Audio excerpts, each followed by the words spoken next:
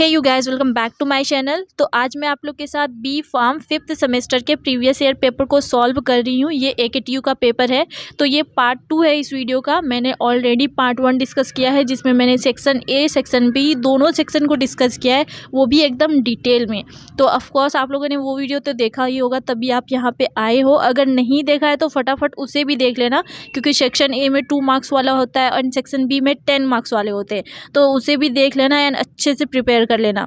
तो ये फार्माकोलॉजी 2 है, तो आज मैं सेक्शन सी डिस्कस करने वाली हूँ। तो सेक्शन सी में 7 क्वेश्चन दिए होते हैं, तो मैं सातों को डिस्कस करूंगी। तो सबसे फर्स्ट क्वेश्चन है, classify anti arrhythmic drugs and discuss the role of digitalis in arrhythmia. तो सबसे पहले देखते हैं अरेथमिक ड्रग होता क्या है। तो अरेथमिक ड्रग का यूज़ किया जाता है अरेथमिया कंडीशन को ट्रीट करने के लिए। एंड अरेथमिया क्या होता है, एबनॉर्मल हार्ट बीट जो होती है उसी को अरेथमिया बोला जाता है। नॉर्मली जो हमारा हार्ट बीट होता है वो 72 बीट पर मिनट होता है, लेकिन अगर वही एबनॉर्मल हो जाएगा, या तो बढ़ जाएगा हार्ट बीट या तो कम हो जाएगा, तो उसी कंडीशन को हम लोग अरेथमिया बोलेंगे। तो अरेथमिया 2 प्रकार का होता है, ब्रेडिकार्डिया एंड टेकिकार्डिया। ब्रेडिकार्डिया के अंदर हमारा heart beat 60 beat per minute से भी कम हो जाता है। एंड टेकिकार्डिया के अंदर हमारा heart beat 100 beat per minute से भी ज़्यादा हो जाता है। तो यही ब्रेडिकार्डिया एंड टेकिकार्डिया को ट्रीट करने के लिए यूज़ किया जाता है एंटी अरेथमिक ड्रग। अब हम लोग देखते हैं एंटी अरेथमिक ड्रग का क्लासिफिकेशन, जो कि इस क्वेश्चन का मेन पॉइंट है। तो इसका 4 क्लासिफिकेशन है, class 1, class 2, class 3 and class 4। तो 4 क्लास में इसको क्लासिफाई किया गया है। तो नॉर्मली इसका एग्जांपल देखेंगे, लेकिन सबसे पहले देखते हैं कि class 1, class 2, class 3 and class 4 में जो ड्रग है उसका काम क्या है, उसको किस नाम से हम लोग जानेंगे। तो क्लास 1 के अंदर जो ड्रग आती है वो होता है sodium channel blockers. And class 2 के अंदर जो ड्रग आती है वो होता है बीटा ब्लॉकर्स। एंड क्लास 3 का ड्रग पोटेशियम चैनल ब्लॉकर्स होता है। एंड लास्ट जो हमारा क्लास है क्लास 4, उसके अंदर आता है कैल्शियम चैनल ब्लॉकर्स। तो अब हम लोग देखेंगे एक एक करके कि कौन से क्लास में कौन सा ड्रग होता है, तो उसका नाम हम लोग देखेंगे अब। तो सबसे पहले देखते हैं हम लोग क्लास 1। तो क्लास 1 के अंदर भी 3 सब क्लास होता है, 1A, 1B and 1C। Class 1A के अंदर आता है quinidine sulphate, procainamide hydrochloride, disopyramide phosphate. और इन तीनों ड्रग में से डायएसोपैरामाइड फॉस्फेट ज़्यादा इंपॉर्टेंट होता है। अब देखते हैं हम लोग क्लास 1 का B। इसके अंदर सबसे फर्स्ट ड्रग है phenytoin sodium, lidocaine hydrochloride, tocainide hydrochloride and mexiletine hydrochloride. And class 1 के C के अंदर हमें एक ही ड्रग पढ़ना है, लॉरकेनाइड हाइड्रोक्लोराइड। अब आते हैं हम लोग क्लास 2 के अंदर। तो क्लास 2 का ड्रग बीटा ब्लॉकर्स होता है। तो इसके एग्जाम्पल है प्रोप्रानोल, एस्मोलोल एंड एटिनोलोल। अब देखते हैं क्लास 3। तो क्लास 3 पोटेशियम चैनल ब्लॉकर्स होता है। एंड इसके एग्जाम्पल है एमिडोरोन एंड सोटालॉल। लास्ट क्लास है क्लास 4। तो क्लास 4 होता है कैल्शियम चैनल ब्लॉकर्स। तो इसके एग्जाम्पल है वीरापामिल एंड डिल्टियाजेम। तो ये बहुत ही फेमस एग्जाम्पल है, 2 एग्जाम्पल क्लास 4 का। तो इस क्वेश्चन का जो ये पार्ट है क्लासिफिकेशन वो होता है यहाँ कंप्लीट। अब हमें बताना है डिजिटालिस का रोल इरेगुलर हार्ट रिदम में, यानी कि जो हमारा अरेथमिया है उसके अंदर डिजिटालिस का क्या रोल होता है। जब हमारे हार्ट के अंदर हार्ट का रिदम बढ़ जाएगा, यानी कि टेकिकार्डिया हो जाएगा, 100 से ज़्यादा पर मिनट हार्ट बीट आएगी, तो उस कंडीशन में डिजिटालिस अपना रोल प्ले करता है और हार्ट बीट को कम करता है। साइनोएट्रियल के अंदर नॉर्मली सिग्नल जनरेट होता है, तो डिजिटालिस उसी सिग्नल को स्लो डाउन कर देता है, जिसकी वजह से हमारा जो हार्ट बीट बहुत ज़्यादा हो रहा था तो वो कम हो जाता है, क्योंकि डिजिटालिस सिग्नल को ही स्लो कर देता है। सिग्नल साइनोएट्रियल से एवी नोड में नहीं जा पाता है, जिसकी वजह से ये वेंट्रिकल एंड आर्टिया के अंदर नहीं जाता है। तो इसकी वजह से ही हमारा हार्ट बीट स्लो हो जाता है और टेकिकार्डिया जो थी वो ट्रीट हो जाती है। तो फर्स्ट क्वेश्चन होता है यहाँ कंप्लीट। सेकेंड क्वेश्चन है classify anticoagulant, discuss mechanism of action and uses of heparin. सबसे पहले देखते हैं एंटीकोगुलेंट क्या होता है। तो यह वह एजेंट या फिर ड्रग होता है जिसका यूज़ करते हैं हम लोग क्लॉटिंग को प्रिवेंट करने के लिए। यदि कोई ऐसा कंडीशन हो रहा है जिसकी वजह से ब्लड क्लॉटिंग हो रही है, तो उस टाइम इस दवाई को दी जाती है। अब देखते हैं हम लोग एंटीकोगुलेंट के क्लासिफिकेशन। तो इसका 2 क्लासिफिकेशन है, in vivo and in vitro. And in vivo के अंदर भी 2 आता है, ऑरल एंड पैरेंट्रल। तो ऑरल के एग्जाम्पल है विटामिन के एंटागोनिस्ट, जिसके अंदर आता है warfarin sodium, methadione and clopidogrel. And parenteral में आता है heparin, lepirudin, danaparoid, sodium. And in vitro के अंदर भी हेपारिन देखते हैं हम लोग, जो कि पेरेंटल के अंदर भी आता है। एंड इन विट्रो के अंदर दूसरा एग्जाम्पल है सोडियम ऑक्सालेट।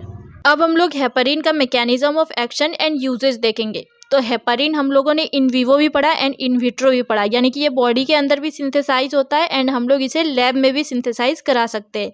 तो हेपारिन जो होता है हमारी बॉडी में मास्ट सेल में पाया जाता है, mast cell of lungs, liver and intestinal mucosa. और कमर्शियली जो हम लोग ये ऑब्टेन करते हैं वो ऑक्स के लंग से करते हैं एंड पिग के इंटेस्टाइनल म्यूकोसा से करते हैं। अब हम लोग देखते हैं इसका मैकेनिज्म ऑफ एक्शन। तो हेपारिन का काम क्या है? एंटीकोगुलेशन करना, यानी कि क्लॉटिंग होने से प्रिवेंट करना। तो हेपारिन एक्टिवेट करता है प्लाज्मा एंटीथ्रोम्बिन 3 को। तो प्लाज्मा एंटीथ्रोम्बिन 3 एक्टिवेट होता है और ये हेपारिन के साथ मिलकर कॉम्प्लेक्स का फॉर्मेशन कर देता है। और ये जो कॉम्प्लेक्स बना ये बाइंड हो जाता है क्लॉटिंग फैक्टर से। और हमारी बॉडी में क्लॉटिंग फैक्टर होता है 2A, 10A, 9A, 12A and 13A। तो जैसे ही ये कॉम्प्लेक्स इस क्लॉटिंग फैक्टर के साइड बाइंड होता है तो इसे डीएक्टिवेट कर देता है। डीएक्टिवेट होने की वजह से ये क्लॉटिंग का फॉर्मेशन नहीं कर पाता है। तो फिब्रिन हमारी बॉडी में कम हो जाता है ब्लड के अंदर, तो क्लॉट भी कम हो जाता है। तो इस तरह से ये एक्ट करता है एंटीकोगुलेंट की तरह। अगर इसके यूजेस की बात करें तो इसका यूज़ किया जाता है सिस्टमिक ब्लड प्रेशर को कम करने के लिए। And blood vessel and heart के अंदर कोई कंडीशन ऐसा हो रहा है जिसमें कि क्लॉट बन रहा है तो उसको ट्रीट करने के लिए यूज़ किया जाता है। एंड इसका यूज़ तब करेंगे जब कोई प्रोसीजर कर रहे हैं, जैसे कि कार्डियक सर्जरी कर रहे हैं, डायलिसिस कर रहे हैं, तो उसके अंदर इसका यूज़ करते हैं ताकि क्लॉटिंग को कम किया जा सके। अब आते हैं हम लोग थर्ड क्वेश्चन में। थर्ड क्वेश्चन है classified diuretics and describe pharmacology of loop diuretics. तो सबसे पहले देखते हैं डायूरेटिक्स होता क्या है। डायूरेटिक्स एक ड्रग होता है जिसका यूज़ करते हैं हम लोग यूरिन के एक्सक्रीशन को बढ़ाने के लिए, यानी कि हमारे किडनी में जो यूरिन का फॉर्मेशन हो रहा है उसके फॉर्मेशन को बढ़ाने के लिए और उसको एक्सट्रीट आउट करने के लिए, यानी कि बॉडी से बाहर निकालने के लिए डायूरेटिक्स ड्रग का यूज़ करते हैं। तो यहीं पे हमारे दिमाग में क्वेश्चन आता है कि ऐसा क्या रीज़न है जिसमें कि हमें यूरिन का फॉर्मेशन या फिर एक्सक्रीशन बढ़ाना पड़ता है जिसमें हम डायूरेटिक्स का यूज़ करते हैं। तो देखो हमारी बॉडी में जब सोडियम, पोटेशियम या फिर बाइकार्बोनेट का लेवल बढ़ जाता है ब्लड के अंदर तो उसकी वजह से बहुत सारे प्रॉब्लम होते हैं, जैसे कि हाइपरटेंशन हो जाता है जिसमें कि ब्लड का बीपी बढ़ जाता है। बीपी बढ़ गया इसका मतलब सोडियम का लेवल बढ़ गया है। तो ये सारी चीज़ें अगर ब्लड में बढ़ गई है तो उसको कम करने के लिए ही हम लोग क्या करते हैं, यूरिनेशन को ज़्यादा इंक्रीज करते हैं ताकि हमारी बॉडी से यूरिन निकले। तो यूरिन के थ्रू ही बाइकार्बोनेट, सोडियम, ये सारी चीज़ें यूरिन के थ्रू ही बाहर निकल जाती है, इसलिए हम लोग डायूरेटिक्स यूज़ करते हैं। तो यही सारी चीज़ें यहाँ पे लिखी गई है कि इसका यूज़ किया जाता है हाइपरटेंशन के ट्रीटमेंट में and other heart disease treatment में, या फिर एबनॉर्मल जो फ्लूइड रिटेंशन होता है हमारी बॉडी में उसके ट्रीटमेंट में इसका यूज़ किया जाता है डायूरेटिक्स का। तो यही सारी चीज़ें हमें फार्माकोलॉजी में भी लिखना है एंड मेडिसिनल केमिस्ट्री में भी लिखना है। अब हम लोग डायूरेटिक्स के क्लासिफिकेशन को देखते हैं। तो इसका 5 क्लासिफिकेशन है और पांचों क्लासिफिकेशन हमें फार्माकोलॉजी में भी लिखनी होती है एंड मेडिसिनल केमिस्ट्री में भी लिखनी होती है। तो सबसे पहला है ऑस्मोटिक डायूरेटिक्स और इसका 2 एग्जाम्पल होता है सॉर्बिटॉल एंड मैनिटॉल। सेकेंड है कार्बोनिक एनहाइड्रेज इनिबिटर्स एंड इसका एग्जाम्पल है, इसमें हम लोग 3 एग्जाम्पल देखते हैं, एसिटाजोलामाइड, मीथाजोलामाइड, डाइक्लोरफिनामाइड। तो इसमें जो एसिटाजोलामाइड होता है ये बहुत इंपॉर्टेंट होता है खास मेडिसिनल केमिस्ट्री में। थर्ड क्लासिफिकेशन है थायाजाइड डायूरेटिक्स, इसका एग्जांपल है क्लोरथायाजाइड, हाइड्रोक्लोरथायाजाइड। फोर्थ है लूप डायूरेटिक्स। लूप डायूरेटिक्स बहुत ही इंपॉर्टेंट क्लासिफिकेशन है, इसका खासकर फार्माकोलॉजी लिखने के लिए आता है। तो इसका एग्जांपल है फ्यूरोसेमाइड एंड ब्यूमेटानाइड। फिफ्थ क्लासिफिकेशन है इसका पोटेशियम स्पैरिंग डायूरेटिक्स, इसका 3 एग्जांपल है स्पैरोनोलेक्टोन, ट्राइएमिट्रेन एंड एमिलोराइड। अब देखते हैं हम लोग लूप डायूरेटिक्स। लूप डायूरेटिक्स को हाई सीलिंग डायूरेटिक्स भी बोला जाता है एंड इसके एग्जांपल है फ्यूरोसेमाइड, ब्यूमेटानाइड एंड इथाक्राइनिक एसिड। और ये जो एक्ट करता है वो किडनी के ascending limb of loop of Henley पे एक्ट करता है। अगर स्ट्रक्चर में याद दिए तो मैं दिखा देती हूँ।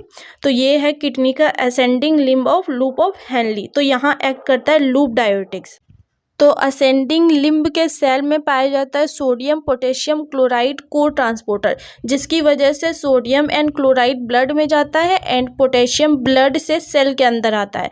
तो ये को ट्रांसपोर्टर प्रेजेंट होता है, तो इसी को इनहिबिट कर देता है लूप डायोटिक्स, जिसकी वजह से सोडियम एंड क्लोराइड ब्लड में नहीं जा पाता है और इसका रीअब्जॉर्प्शन कम हो जाता है। तो इसका ब्लड में रीअब्जॉर्प्शन नहीं हो पाता है, तो इसकी वजह से ये हमारे यूरिन के थ्रू हमारे बॉडी से बाहर निकल जाता है। अब हम लोग लूप डायोटिक्स का फार्माकोलॉजी देखते हैं, यानी कि मैकेनिज्म ऑफ एक्शन। दोनों एक ही चीज़ है, जो भी बोलो। तो ये है एंडोथेलियल सेल असेंडिंग लिम्ब का, ascending limb of loop of Henley का। तो इसके अंदर प्रेजेंट होता है सोडियम पोटेशियम क्लोराइड को ट्रांसपोर्टर।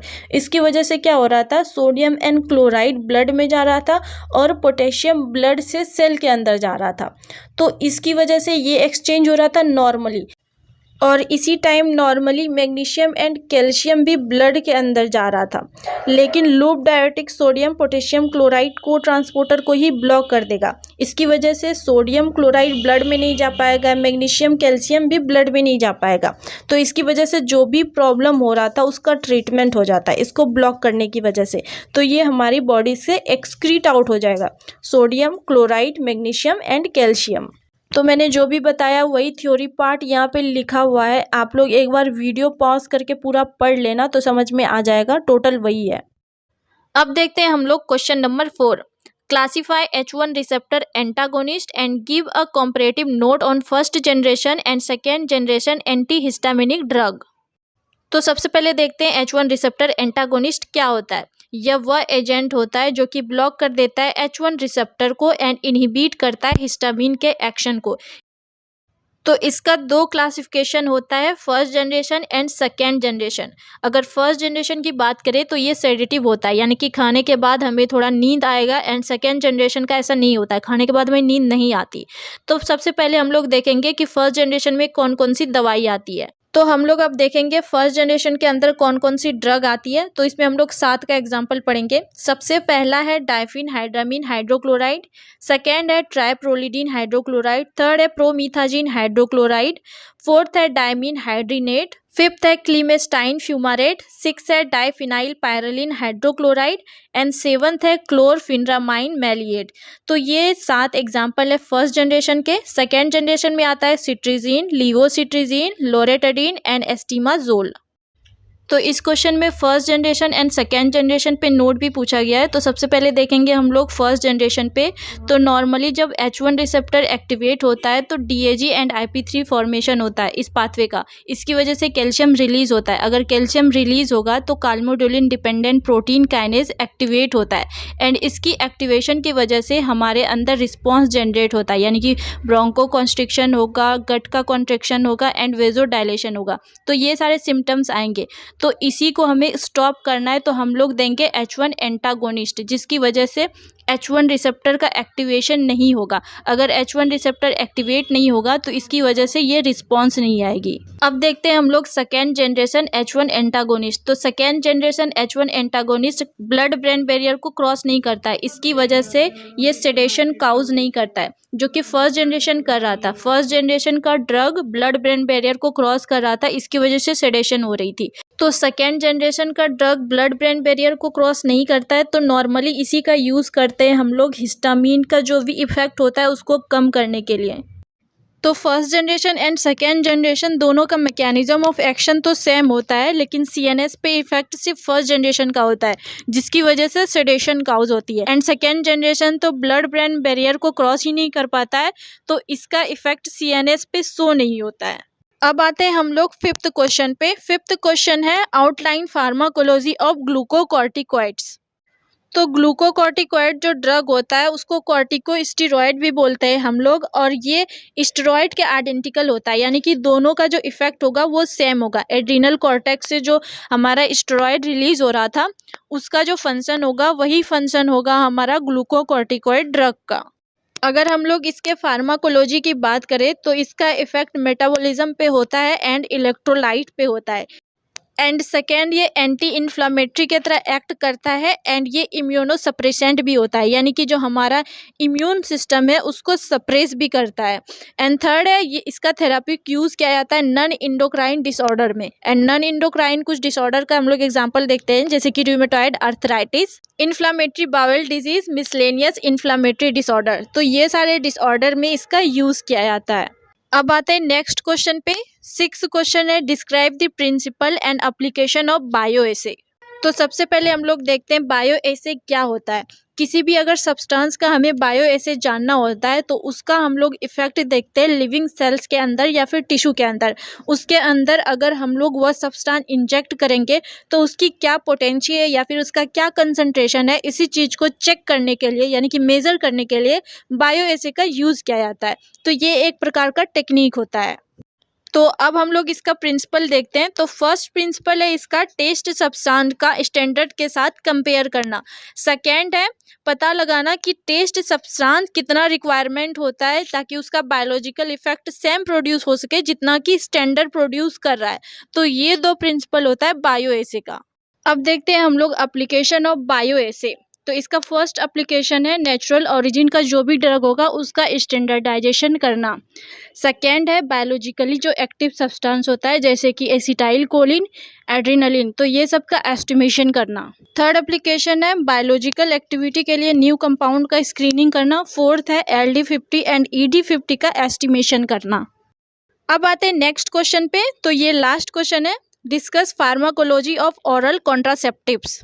तो ओरल कॉन्ट्रासेप्टिव्स को हार्मोनल कॉन्ट्रासेप्टिव भी बोला जाता है एंड इसे बर्थ कंट्रोल पिल्स भी बोला जाता है।